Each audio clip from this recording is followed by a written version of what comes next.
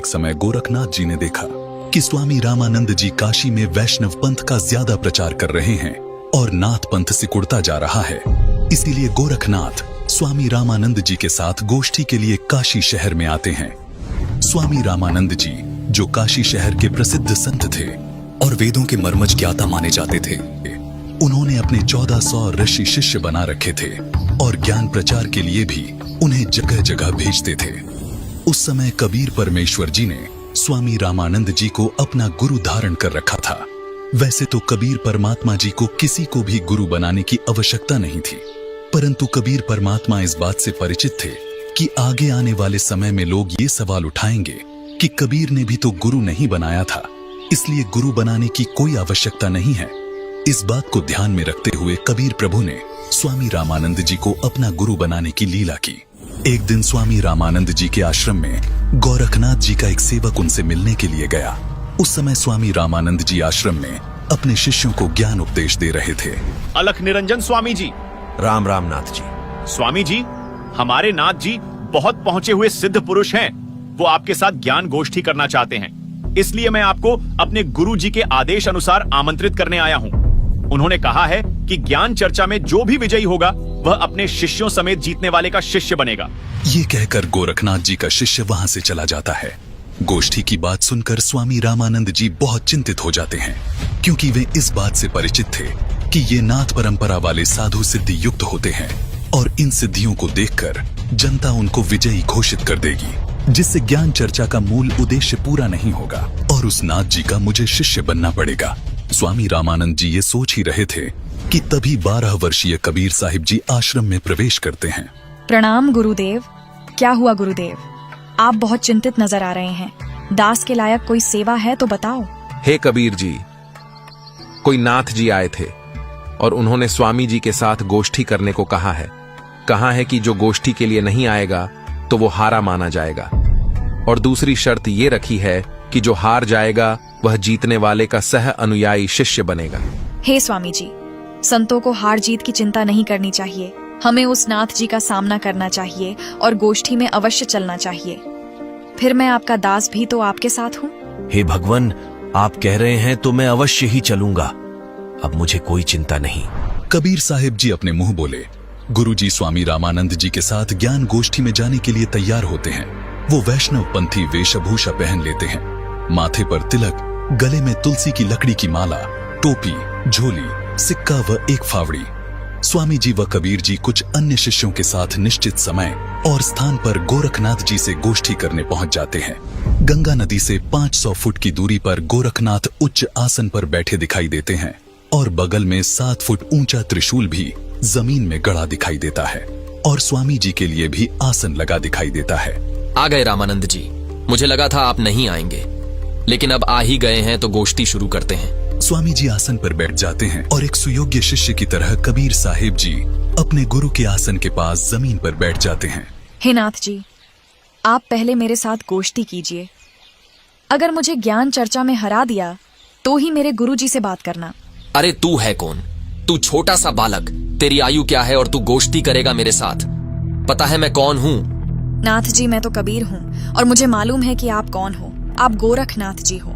कबीर साहिब जी की बात सुनकर गोरखनाथ सोचते हैं कि इस छोटे से बालक ने मुझे पहचान लिया। तू छोटा सा बालक, तू कब से बैरागी बन गया? नाथ जी, जब से भय वैरागी, मेरी आदि अंत सुधि लागी। धूंधूकार आदि का मेला, नहीं गुरु नहीं था चेला। जब का तो हम योग उपासा, तब का फिरूं अकेला।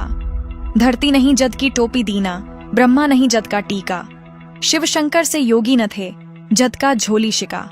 द्वापर को हम करी फावड़ी, त्रेता को हम दंडा। सतयुग मेरी फिरी दुहाई, कलयुग फिरो नो खंडा। गुरु के वचन साधु की संगत, अजर अमर घर पाया। कहे कबीर सुनो हो गोरख, मैं सबको तत्व लखाया। हे गोरखनाथ जी, जब कोई सृष्टि नहीं थी तब मैं अनामी लोक में था। जब मैं अकेला रहता था तब पृथ्वी भी नहीं थी। तब से मेरी टोपी जानो। जब ब्रह्मा, आप और आपके गुरु मचंद्रनाथ आदि सब प्राणियों के शरीर बनाने वाला पैदा भी नहीं हुआ था, तब से मैंने टीका लगा रखा है। अर्थात मैं तब से सत्पुरुष रूप में ही हूँ। सतयुग, त्रेतायुग, द्वापर तथा कलयुग, ये चारों युग तो मेरे सामने असंख्यों बार खत्म हो चुके। हमने सतगुरु वचन में रहकर अजर अमर घर सतलोक को पाया।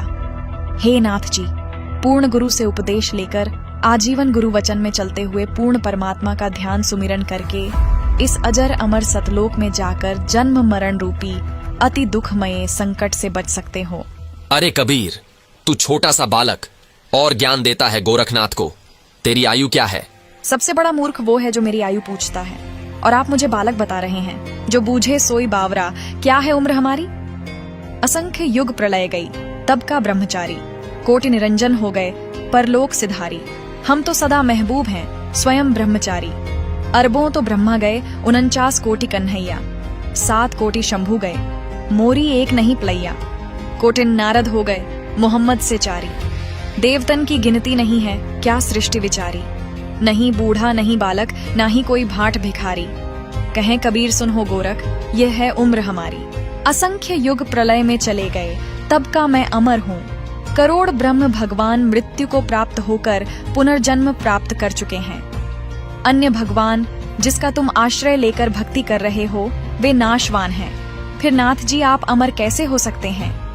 अरबों तो ब्रह्मा मर चुके हैं, और 49 करोड़ बार कृष्ण जी की मृत्यु हो चुकी है, तथा 7 करोड़ बार शिव जी मर चुके हैं। लेकिन मेरी एक पल भी आयु कम नहीं हुई है।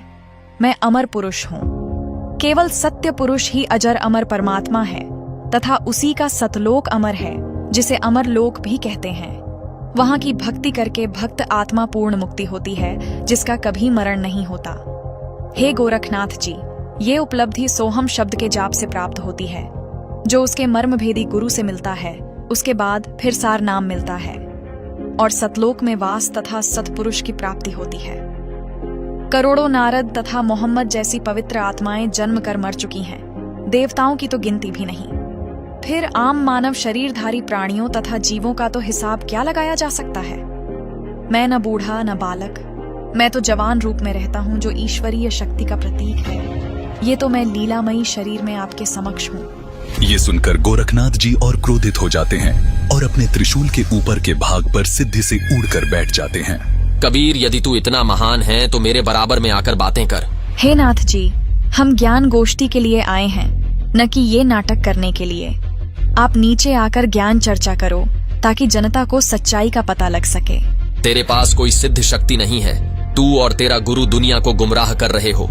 आज तुम्हारी पोल खुलेगी। अगर शक्ति है तो आओ बराबर में, यहीं चर्चा करेंगे, नहीं तो हार स्वीकार कर लो। ठीक है गोरखनाथ जी। कबीर जी अपनी कुर्ते की जेब से 150 फीट लंबी धागे की रील निकालते हैं और उसके एक छोर को पकड़कर सीधा ऊपर की तरफ फेंक देते हैं। धागा सीधा खड़ा हो जाता है और कबीर साहिब जी उस धागे के अंतिम छोर पर जा बैठते हैं। नाथ जी, अब आप आओ मेरे बराबर में, यहाँ बैठकर चर्चा करेंगे। गोरखनाथ ज्यों ही ऊपर की तरफ उठते हैं, वैसे ही धड़ाम से नीचे गिर जाते हैं।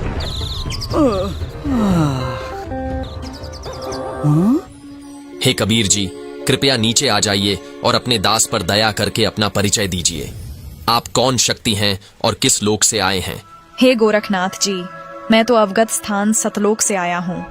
मैं तो स्वयं शक्ति से बालक रूप बनाकर काशी में एक लहर तारा तालाब में कमल के फूल पर प्रकट हुआ, जहाँ से नीरू नीमा नामक जुलाहा दंपति मुझे अपने घर ले आए।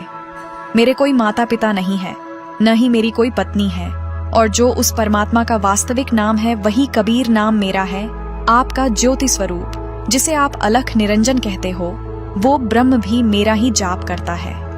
मैं सतनाम का जाप करने वाले साधक को प्राप्त होता हूँ। मेरा शरीर हाड़ चाम का बना हुआ नहीं है। मेरा मूल स्थान सतलोक है, जहाँ सतनाम के जाप के आधार से जाया जाता है। नाथ जी, आप ज्योति निरंजन के जाल में ही फंसे हुए हो। न जाने आपके कितने जन्म हो चुके हैं और कितनी बार आप 84 लाख योनियों में कष्ट उठा चुके हो। यदि आप मेरी शरण में नहीं आते तो आपकी 4 युगों की भक्ति को काल कलयुग में नष्ट कर देता है। हे कबीर जी, मुझे आपकी बात पर विश्वास हो गया है, लेकिन मैं आपकी एक परीक्षा लेना चाहता हूँ। मैं दरिया में डुबकी लगाऊंगा। यदि आप मुझे खोज लोगे तो मैं आपका शिष्य बन जाऊंगा। ठीक है गोरखनाथ जी, छुप जाओ दरिया में।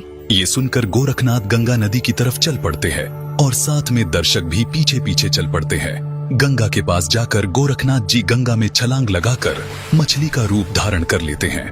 कबीर परमात्मा भी गोरखनाथ जी के बाद गंगा दरिया में डुबकी लगा देते हैं और सैकड़ों मछलियों के बीच गोरखनाथ को पकड़कर तथा उनका असली रूप बनाकर उन्हें किनारे पर ले आते हैं। इस प्रकार गोरखनाथ जी ने कबीर साहिब जी को पूर्ण परमात्मा स्वीकार किया और उनके शिष्य बने तथा कबीर साहिब जी से भक्ति प्राप्त की।